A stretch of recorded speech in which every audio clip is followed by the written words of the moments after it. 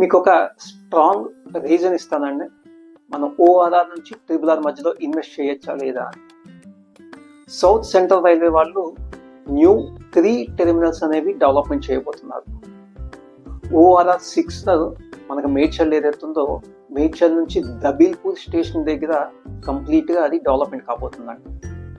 అలాగే exit number 2 Kolluru దగ్గర Nagulapalli station, exit number 16 Shamshabad నుండి జుక్కల్కి వెళ్లే దారిలో మనకున్న స్టేషన్ ఏదైతే ఉందో అది న్యూ టెర్మినల్ కాబోతున్నాయి.